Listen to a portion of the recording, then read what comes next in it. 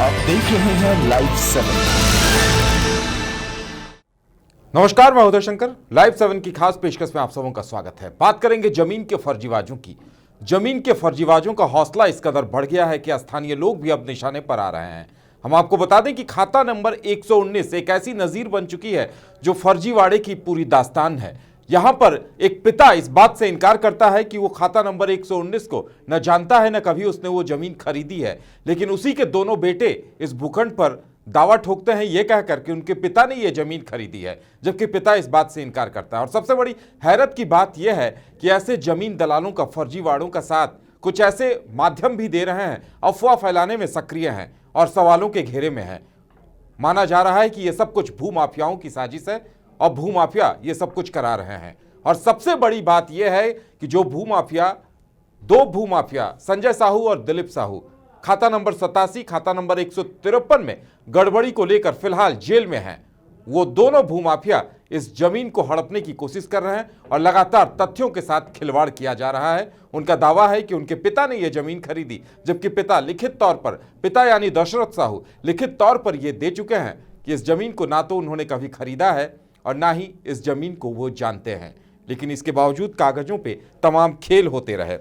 Live 7 ने जब एक के बाद एक हुई साजिशों को उजागर करना शुरू किया तो भूमाफियाओं के माथे पे भी पसीना आने लगा। अब ये पूरा मामला इस कदर तूल पकड़ चुका है कि स्थानीय लोग भी निशाने पर आ रहे हैं और स्थानीय लोग इस बात को लेकर काफी आक्रोशित हैं कि निशाने पर उन्हें क्यों लिया जा रहा है। उनका किसी तरह का कोई दावा खाता नंबर 119 पर नहीं है। उनका दावा खाता नंबर 87 और खाता नंबर 153 पर है, जिसे हड़पने की कोशिश संजय साहू, दिलीप साहू कर रहे थे और इस कोशिश में वो फिलहाल जेल की हवा खा रहे हैं। उनका सवाल भी यही है कि आखिर पूरा मामला जब न्यायालय में चल रहा है तो इस पर धारा 144 लगना भी समझ से परे है। कई सवाल सामने हैं। हम आपको ऐसे भी कुछ बयान दिखाएंगे और लगातार इस मुद्दे पर चर्चा करेंगे।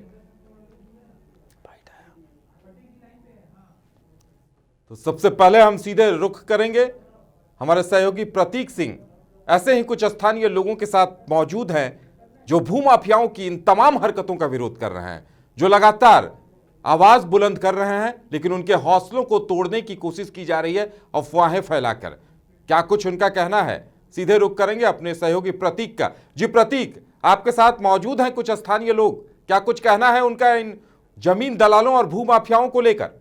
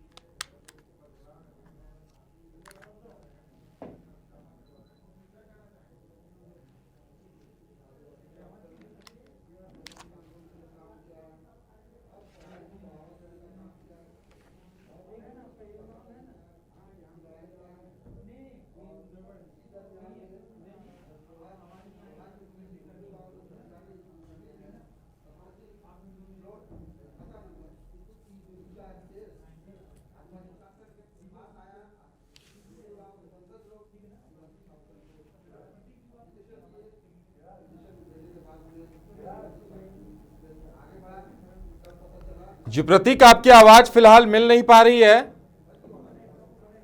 प्रतीक, आपकी आवाज फिलहाल हम तक पहुंच नहीं पा रही है। तब तक हम बताते हैं कि किस तरह से यह सारा फर्जीवाड़ा किया गया है और किस तरह से यह खेल खेला गया है। खाता नंबर 119 को लेकर जो लोग दावा ठोक रहे हैं, लगातार ये कह रहे हैं कि ये जमीन उनकी है, उनके पिता ही इस बात से इनकार कर रहे हैं। इसके बावजूद उनका दावा बदस्तूर चला आ रहा है। और आप इस तंत्र को समझिए कि आखिर फर्जीवाड़ा करने वाले लोग, भूमाफिया कैसे कामयाब होते हैं इस तंत्र को अपने साथ ले लेने में।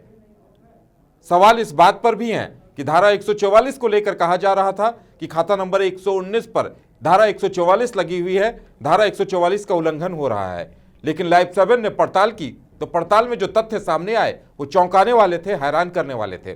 खाता नंबर 119 में धारा 144 कभी लगी ही नहीं थी, अनुशंसा की गई थी और एक दिन पहले प्रशासन ने इस पर खाता नंबर 119 पर धारा 144 के लिए नोटिस जारी किया है। अब सवाल यह है कि आखिर जो भूमाफिया खुद जेल में बंद है, खाता नंबर 87 और खाता नंबर 153 में गड़बड़ी को लेकर आखिर वो पार्टी बनकर खाता नंबर 119 में धारा 144 कैसे किस अधिकार से लगवा रहे हैं, जबकि उनके पिता ही दशरथ साहू इस बात से इनकार कर रहे हैं कि उन्होंने इस जमीन को कभी खरीदा हो या इस जमीन को जानते हो।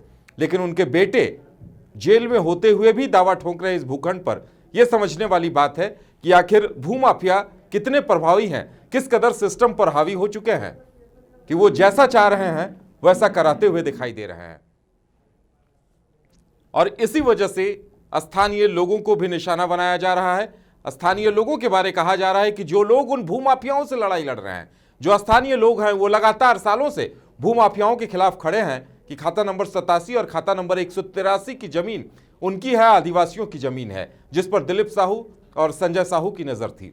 आज ऐसे ही स्थानीय लोगों की वजह से ये दोनों भूमाफिया जेल में हैं। लेकिन इसके बावजूद स्थानीय लोगों को कहीं न कहीं निशाना बनाया जा रहा है। जो जमीन दलाल हैं, जो भूमाफिया हैं, वो तो निशाना बना ही रहे हैं, उनके साथ साथ कुछ मीडिया माध्यम भी उन्हें अपना निशाना बना रहे हैं। और इस बात पर स्थानीय लोगों का आक्रोश फूट पड़ा है। उनका कहना है कि अगर ऐसी ही हरकतें आगे भी होती रही तो सड़कों पर उतरकर उन्हें अपना पक्ष रखना होगा, जवाब देना होगा।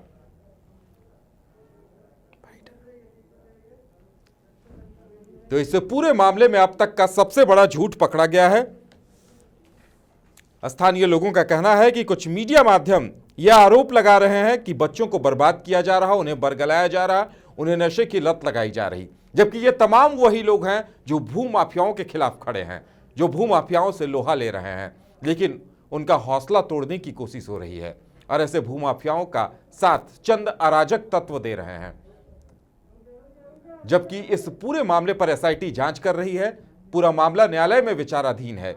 जो इस जमीन की पुश्तैनी भूस्वामिनी है, जो पुश्तैनी वारिस है अनीता शर्मा, उनका कहना है कि उन्हें न्यायिक प्रक्रिया पर पूरा भरोसा है, एसआईटी की जांच पर पूरा भरोसा है, लेकिन दूसरे पक्ष को शायद भरोसा नहीं, इसलिए धारा 144 की मांग की जा रही है। जबकि लाइव 7 लगातार अपनी पड़ताल में इस बात को उजागर कर चुका है कि निर्माण कार्य ना तो वहां हुआ है, ना उस भूखंड पर हुआ है, और जिस निर्माण कार्य को खाता नंबर 119 में निर्माण कार्य बताया जा रहा था, वो उसके बगल वाले प्लॉट पर हो रहा था।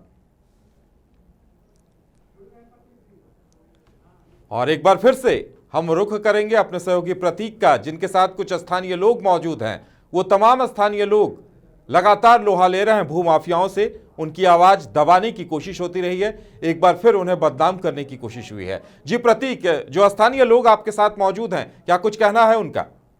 ये लोग जल जंगल जमीन की लड़ाई लड़ रहे हैं और इनका ये कहना है कि गैर मजरूआ जो जमीन वहाँ पर है, वहाँ इन लोगों को उपलब्ध कराया जाए। और सरकार से बार बार ये मांग करते हैं कि जो गैर मजरूआ जमीन से चिन्हित किया जाए, ताकि इन्हें इन लोगों के पास आप चौंकिएगा उदय कि इन लोगों के पास दफनाने के लिए कब्रगाह तक नहीं है। तो इन सभी बातों को लेकर ये लोग काफ़ी गंभीर हैं और इन्हीं सभी बातों को लेकर ये अपनी आवाज़ बुलंद करते हैं। तब खासतौर पे हमारे साथ आदिवासी छात्र संघ के उपाध्यक्ष हैं। अब तो ये आरोप है कि आप छात्रों को या बच्चों को बरगला रहे हैं, शराब पिला रहे हैं, हंगामा करवा रहे हैं। ये आरोप सरासर गलत है और वैसे लोगों के द्वारा फैलाया जा रहा है ये आरोप जो भूमाफियाओं से जुड़े हुए हैं और हमारे गांव के भोला भाला आदिवासी भाइयों को बहका रहे हैं कि आप आदिवासी छात्र संघ के बारे ऐसे बोलो वैसे बोलो। ये बरगला के बुलवाया जा रहा है, जबकि आदिवासी छात्र संघ अगले 20 वर्षों से आदिवासियों के हक अधिकार के लिए, गैरमजरूआ ज़मीन के लिए, आदिवासी हक अधिकार और गैरमजरूआ ज़मीन के लिए और आदिवासी बच्चों की पढ़ाई लिखाई और उनकी नौकरी के लिए हमेशा लड़ाई करते रहा है आदिवासी छात्र संघ। तो ये खास तौर पे कुछ युवा भी हैं हमारे साथ और ये जो है वहाँ जाते हैं काम करने। उस जो वो एरिया है जो खाता नंबर 119 जिसके अगल बगल में कुछ काम होता है, तो ये कहा जा रहा है कि आप लोगों को खिला पिलाकर हंगामा करवाया जाता है। क्या करने जाते हैं? ये गलत बात है सर। हम लोग अपना पेट पालने के लिए काम करने जाते हैं और मेरे साथ में मेरा छोटा बच्चा है, इसका कसम है, जो कि हम लोग को दोषी ठहराया जाता है कि 300 के बजाय 1000 रुपये हम लोग को पैसा मिलता है, जो कि हम लोग ऊपरी कमाई हम लोग को मिलता है और ऐसा हम लोग को आरोप लगाया गया है। तो ये जो आरोप लगाया गया है आदिवासी छात्र संघ से हम क्यों इसलिए जुड़े हुए हैं कि हम लोग का भविष्य, मेरा छोटा बच्चा अभी तो खैर छोटा है, इसके भविष्य के लिए हम आगे सोच रहे हैं कि आदिवासी छात्र संघ साथ दे, हमारा बच्चा आगे पढ़े, यही मकसद हम लोग का था, जो कि लेकिन हम लोग को तो इतना बेइज्जती करवा रहा है गांव वाला। जैसे दो आदमी मिल करके हम लोग को बोलता है कि वो लोग काम करने जाता है तो रिश्वत खा के काम करता है। ऐसा कोई बात नहीं है, पूरा गांव जानता है, सारा दुनिया जानता है, मेरा खक्सी टोली बाजरा जितना निवासी है सारा चीज़ जानता है कि ये गलत बात है। आप छात्र संघ से हैं, आप लोगों पे आरोप लग रहा है, तो क्या कहना चाहेंगे आप? हम तो यही कहना चाहेंगे सर कि आज तक छात्र संघ जो है पिछले 20 सालों से हम लोग सिर्फ और सिर्फ जल जंगल और ज़मीन की लड़ाई लड़े हैं। और जितने भी जो हमारे भाई लोग अभी भी बहुत सारे छात्र हैं जो पढ़ाई लिखाई अभी कर रहे हैं, सभी लोग एक आवाज़ पर खड़े हो जाते हैं। उसका रीज़न है कि आदिवासी छात्र संघ पिछला 20 साल से वो काम किया है और वो करके दिखाया है, जिसके कारण से आज हमारे छात्र भी अच्छे आज आदिवासी लड़का लड़की आप देखेंगे कि बहुत अच्छा पोस्ट पर है। उसको पढ़ने लिखने का जुनून यही आदिवासी छात्र संघ ने ही दिया है। और हम जो ये आरोप लग रहा है, तो ये आरोप को हम सरासर निराधार माने कि निराधार बताते हैं और कहते हैं, और आदमी को ये हम बताना चाहेंगे कि आदिवासी छात्र संघ जो ये गलत इल्ज़ाम को कतई बर्दाश्त नहीं करेगा। जिस तरह से आरोप लग रहा है कुछ न्यूज़ के माध्यम से, तो क्या कहना चाहेंगे, क्या संदेश देना चाहेंगे आप?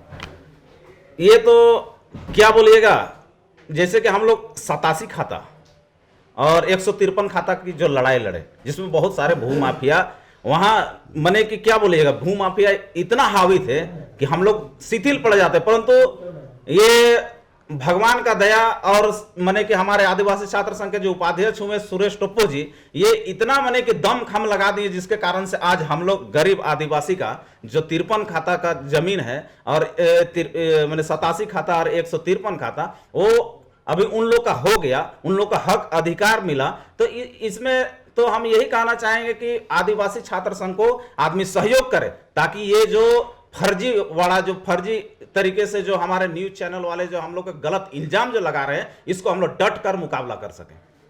जी प्रतीक, आपके साथ आदिवासी छात्र संघ के उपाध्यक्ष सुरेश टोप्पो हैं, उनसे जानना चाहेंगे कि जो संजय साहू, दिलीप साहू आरोपी हैं खाता नंबर 87, खाता नंबर 183 में फर्जीवाड़े के और इसी के आरोप में जेल में हैं, वो मांग करते हैं कि खाता नंबर 119 में भी धारा 144 लगाई जाए, तो ये कहां तक उन्हें न्यायोचित लग रहा है? संजय जी, खाता संख्या 87, हाँ टोप्पो जी, ये जो खासतौर पे 87 और 153 का मामला है, जिसकी वजह से ये जो दिलीप साहू है और संजय साहू जेल की हवा खा रहे हैं, तो ये जो आरोप किस तरह से उन्होंने फर्जीवाड़ा किया और आप लोग किस तरह से लड़ाई लड़े, इसके बारे में कुछ बताएं। ये संजय साहू और दिलीप साहू जो हैं, दिलीप साहू दशरथ साहू के पुत्र हैं और ये लोग आदिवासी ज़मीन को 1945 में मैंने गलत स्थापनामा बनाकर, गलत डीड बनाकर इन्होंने आदिवासी ज़मीन को गैर आदिवासियों को बेचने का काम किया। और ये फर्जीवाड़ा का बड़ा नेक्सस है। जो दिलीप साहू, इसका हो सकता है कि मोहरा है या उसका लीडर है, ये तो मैं नहीं बता सकता हूँ, लेकिन इनके पीछे बहुत बड़ा फर्जीवाड़ा नेक्सस है जो आदिवासियों की ज़मीन को छीनने का काम कर रहा है और गैर मजरूह ज़मीन को छीनने का काम कर रहा है। और उनके द्वारा जब 144 119 में लगाया गया, हमारे भोले भाले आदिवासियों को बहलाया जाता है, फुसलाया जाता है, कहता है कि अब 144 लग गया, आप लोग खुश हैं कि नहीं? हम लोग तब खुश होते जब गैरमजरूह ज़मीन कहकर सरकार अगर उस पर 144 लगाती तो आदिवासी छात्र संघ और ग्रामीण सारे खुश होते। लेकिन ये दिलीप साहू के तरफ से 144 जो लगाया गया, जो फर्जीवाड़ा करने में अभी जेल में है, तो हम लोग उसे नाराज हैं। और प्रतीक, जिस तरह से इनके ऊपर सवाल उठाए गए, इनके ऊपर लांछन लगाए गए कि ये बच्चों को बिगाड़ रहे हैं, युवाओं को बिगाड़ रहे हैं, उन्हें शराब की लत लगा रहे हैं, तो क्या इस वजह से इन्हें निशाना बनाया गया क्योंकि ये दिलीप साहू, संजय साहू जैसे भूमाफियाओं के खिलाफ मजबूती से खड़े हैं? जी, जिस तरह से आप पे आरोप लग रहा है कि आप शराब पिला रहे हैं, और ये भी हम लोग जान रहे हैं कि आप जो भूमाफिया हैं, दलाल लोगों के खिलाफ हैं, तो क्या इस वजह से आप पे ये आरोप लग रहा है? बिल्कुल, क्योंकि आदिवासी छात्र संघ हमेशा सच्चाई का साथ दिया है और फर्जीवाड़ा और भूमाफियाओं से हमेशा लड़ाई करते रहा है। हम 20 वर्ष खुद लड़े, 8-10 केस हमारे ऊपर हुआ, जो फर्जी केस था, जो आज निराधार साबित हुआ। और हम बरी हैं और आदिवासी छात्र संघ हमेशा फर्जीवाड़ा के खिलाफ में लड़ता रहेगा। इसको देख के उन लोग में भय पैदा हुआ कि आदिवासी छात्र संघ आ गया, अब हम लोग को यहाँ से भागना पड़ेगा, ऐसा उन लोग को लगा होगा, हो सकता है। इसलिए उन लोग आदिवासी छात्र संघ उपाध्यक्ष मैं सुरेश टोपो पर ही ब्लेम लगा दिया गया कि बच्चों को शराब पिला रहा है और वह लेबर दे रहा है, जबकि 119 से आदिवासी छात्र संघ को उपाध्यक्ष को कोई रिश्ता ना कोई मतलब नहीं है, उससे कोई मेरा कोई वास्ता नहीं है। 119 में कौन काम करा रहा है, क्या करा रहा है, उससे हमको कोई मतलब नहीं है। लेकिन वहाँ कहा जाता है कि वे ही लेबर दिया और खिला पिला के लेबर वहाँ लाता है। ये बिल्कुल निराधार और बिल्कुल गलत है। जी प्रतीक, खाता नंबर 87 और 153 के जो वंशज है, रुगू उरांव के वंशज हैं, वो आज भी मुकदमा लड़ रहे हैं। जो तरीका अपनाया गया था इन भूमाफियाओं की तरफ से, वो तरीका जरा सुरेश जी से समझने की कोशिश करिए कि आखिर किस तरह से खाता नंबर 87 और 153 में फर्जीवाड़ा किया गया और इनकी रुगू उरांव की जो पुश्तैनी जमीन थी उनके वंशजों से छीनने की कोशिश हुई है। जी टोपो जी, ये बताइए किस तरह से रुगू राव के वंशजों से वो जो 153 या 87 नंबर खाता की ज़मीन हड़पने की कोशिश की गई, उसकी कहानी कुछ बताएं आप। हमें यही लगता है कि कुछ 420 करने वाले, कुछ जो नेक्सस हैं, जो कुछ ग्रुप हैं, हमारे समाज में घुस गए हैं और उन लोग के द्वारा उन लोग को बहला फुसलाकर हमारा जो ये 87 और 153 का जो केस था उसको डाइवर्ट किया गया था और एसी के यहाँ ये केस था। और तब मैं रुगू राव के परिवार को एसी के पास लेके गया और एसी को पूछा कि ये ऑर्डर आपने कैसे किया। उस ऑर्डर में उन्होंने बताया कि एलआरडीसी अपने आदेश को फिर से संशोधन नहीं कर सकता है। उन्होंने ऐसा कहा। हमने पूछा कि अब हमको कहाँ जाना पड़ेगा, हम तो ऊपर तक जाएंगे और ये लड़ाई लड़के रहेंगे और आदिवासियों का हक अधिकार और आदिवासी की ज़मीन को दिला के रहेंगे। और उसी का बदला हो सकता है कि आज आदिवासी छात्र संघ पर निकाला जा रहा है और आदिवासी छात्र संघ पर आरोप लगाया जा रहा है कि ये गलत रास्ते पर बच्चों को दिखा रहा है, जबकि आदिवासी छात्र संघ हमेशा बच्चों की पढ़ाई को प्रेरणा देता है, पढ़ाई लिखाई करने का उपदेश देता है और नौकरी के लिए लड़ाई लड़ता है, उनकी हक अधिकार के लिए लड़ता है। तो गलत संदेश देने वाले के लिए आपका क्या है, आपकी तरफ से क्या कहना चाहेंगे? ये फर्जीवाड़ा का नेक्सस का जब उद्भेदन होगा तो हम लोग जितना भी फर्जीवाड़ा में है, चाहे तो वो सरकारी पदाधिकारी हों या फर्जीवाड़ा करने वाला आम व्यक्ति हो, चाहे हमारा समाज का व्यक्ति हो, हम लोग उसको सबको जेल भिजवाने का काम करेंगे और सरकार को आंदोलन करेंगे। और हमारी ये जो हेमंत सरकार है उसे हम लोग मांग करेंगे कि ऐसे फर्जीवाड़े करने वालों को जल्द से जल्द जांच कर उन्हें सजा दिया जाए। जाहिर सी बात है उदय, इनका कहना है कि इसकी ये पुकार ये मुख्यमंत्री तक ले जाएंगे और अपना अधिकार लेकर रहेंगे। जी प्रतीक, हम आपके पास फिर लौटेंगे। इस बीच हम अपने दर्शकों को दिखाना चाहेंगे कि और भी कुछ स्थानीय लोग जिनसे आपने बातचीत की थी, हमारे संवाददाता प्रतीक ने बातचीत की थी, उनका क्या कुछ कहना है इस तरह जो फर्जीवाड़ा सामने आ रहा है, जिस तरह उन्हें निशाना बनाया जा रहा है, जो ऐसे भूमाफियाओं के खिलाफ मजबूती से खड़े हैं। और आदिवासी छात्र संघ यहाँ 20 वर्षों से काम करते आया है। मैंने पहले भी आपको एक बाइट दिया था, उस पर बताया था कि 20 वर्षों से मैंने आदिवासी छात्र संघ यहाँ के हक अधिकार और जर जमीन के लिए लड़ते आया है और पढ़ाई लिखाई के लिए भी लड़ते आया है, जिसमें बैकलॉग की नियुक्ति का बात आदिवासी छात्र संघ ने ही उठाया था और हमारे कुछ लोकल मूलवासी आदिवासी भाइयों का नौकरी हुआ। और आज भी आदिवासी छात्र संघ छात्रों के हित में और आदिवासियों के हक अधिकार के हित में लड़ाई करता है। लेकिन ये 119 प्लॉट का जो है माजरा, जिसको हम लोग हमेशा गरमजरुआ कहकर सरकार से ये मांग करते रहे कि इसको जांच करके गरमजरुआ जमीन को चिन्हित कीजिए, ताकि हम आदिवासियों अपना सामाजिक धार्मिक स्थल, हड़गड़ी, मसना, खेल मैदान ये सब बना सकें। और लेकिन सरकार गरमजरुआ कह के जांच नहीं हो रही है। और अभी कल पता चला कुछ चैनलों के द्वारा कि उस पर 144 लगा और 144 लगाने वाला जो दिलीप साहू है, और दिलीप साहू जो है वो आदिवासी ज़मीन को गैर आदिवासी फर्जीवाड़ा करने में अभी अंदर में है। और 119 के बगल में ही रुगू राव का ज़मीन है, जिसको गलत इस्तीफा बना के, माने फौर्जरी बना के इस्तीफा बना के उसकी ज़मीन को गैर आदिवासी बनाकर बेच दिया गया था। कि आदिवासियों पर अत्याचार किसी भी एंगल से होने नहीं दिया जाएगा। और ये जो फर्जी चैनल जो है, फर्जी चैनल जो आज हमारे आदिवासी छात्र संघ के उपाध्यक्ष को जो बदनाम किया जा रहा है, जो गांव के हर एक नागरिक कोई भी, अभी जिस आप लोगों ने भी सुना होगा कि आदिवासी छात्र संघ के जो उपाध्यक्ष है सुरेश टोप्पो जी, ये किन लोगों को इतना, अभी जो पोढ़ा का परिवार है उनको भी आज जो मदद मिली, और उन लोग का जमीन जो दिलीप साहू और संजय साहू जिन लोगों ने उसको गैर आदिवासी बना दिया था, उसको आदिवासी बनाने में यही हमारे आदिवासी छात्र संघ के जो उपाध्यक्ष है सुरेश टोप्पो जी का ही माने कि आज सहयोग रहा।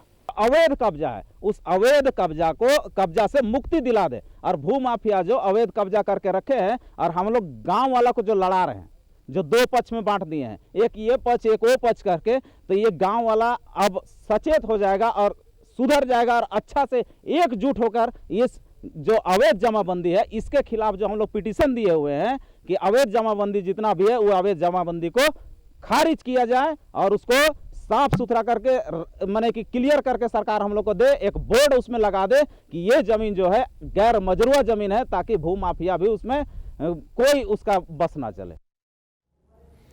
तो जो अफवाह फैलाने वाला गैंग है, जो लोग लगातार ये अफवाह फैला रहे हैं कि यहाँ बच्चों को बिगाड़ा जा रहा है, छात्रों की पढ़ाई छुड़वाई जा रही है, उन्हें शराब की आदत लगवाई जा रही है, उन लोगों को लेकर स्थानीय लोगों में काफ़ी आक्रोश है। स्थानीय लोग इस बात को लेकर नाराज़ हैं कि भूमाफिया और उनसे मिले चंद लोग उन्हें लगातार निशाना बना रहे हैं।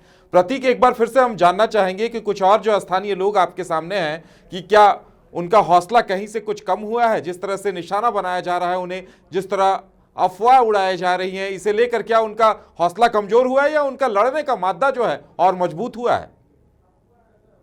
रहा है आप लोगों के खिलाफ, तो क्या आप लोगों का हौसला भी कुछ स्पष्ट हो रहा है कि ये अफवाहें से हम लोग डरते नहीं हैं, क्योंकि हम लोग सच्चाई के रास्ते पर हमेशा लड़ते हैं और हम लोग कभी से डरेंगे भी नहीं। और ये 119, 113 और 73 बरियातू मौजा का जो है, इस पर जो एसआईटी की जांच हो रही है, एसआईटी से आपके चैनल के माध्यम से मांग करते हैं कि एसआईटी के माध्यम से यह जांच हो और गैर मजरूआ ज़मीन को सरकार चिन्हित करे। जाहिर सी बात है एसआईटी की जांच हो और गैर मजरूआ ज़मीन को चिन्हित करे। हमारे साथ छात्र संघ के छात्र भी हैं। क्या लगता है, कुछ डर भी लग रहा है अफवाह जिस तरह से आप लोगों को बदनाम किया जा रहा है? सर, ये तो बात है कि इंसान को डर तो रहता है, परंतु हम लोग इस कदर माने कि हम लोग का छात्र संघ आज तक निडरता के साथ काम करते आए हैं, और हम चाहते हैं कि ये माने कि हम लोग निडर होकर काम करें। और अफवाह तो उड़ते रहता है और बदनामी होते रहती है। इतना बड़ा हेमंत सरकार है, मोदी सरकार है, सभी को आदमी बदनाम ही करते हैं, मगर हम लोग ये बदनामी से चाहते हैं, नहीं डरेंगे।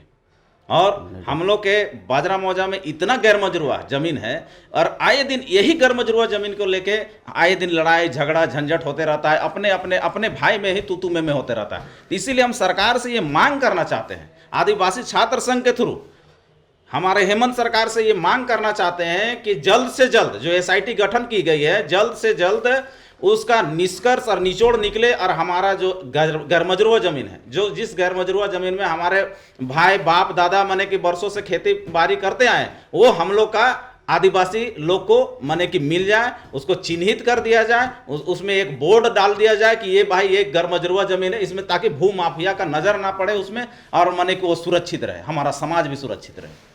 जाहिर सी बात है भू माफिया से ये लोग बचना चाह रहे हैं, और यही वजह है कि भू माफिया के खिलाफ ये लगातार फाइट करते रहते हैं।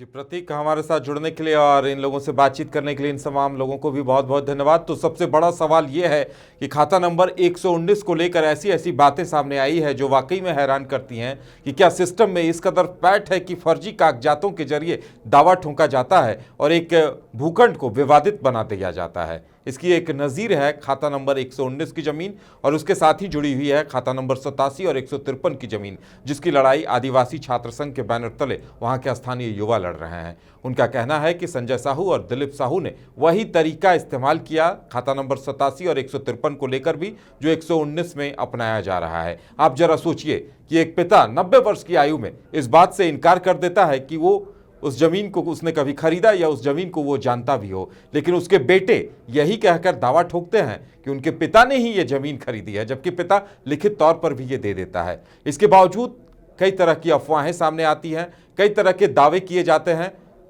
कि धारा 144 लगाई गई है, धारा 144 का उल्लंघन हो रहा है, जबकि ऐसी कोई बात नहीं होती। और तमाम झूठों पर पर्दाफाश तब होता है जब जिला प्रशासन की तरफ से, जब स्थानीय प्रशासन की तरफ से वहां धारा 144 लगा दी जाती है, और ये पहली बार होता है। लेकिन इससे पहले जो दावे ठोके जा रहे थे वो सारे फर्जी साबित होते हैं। बहरहाल एसआईटी की जांच हो रही है और जो इसकी पुश्तैनी वारिस है अनीता शर्मा, उन्हें उम्मीद है कि एसआईटी की जांच में और न्यायालय में जो मामला चल रहा है वहां दूध का दूध और पानी का पानी होगा और उन्हें उनका हक मिलेगा।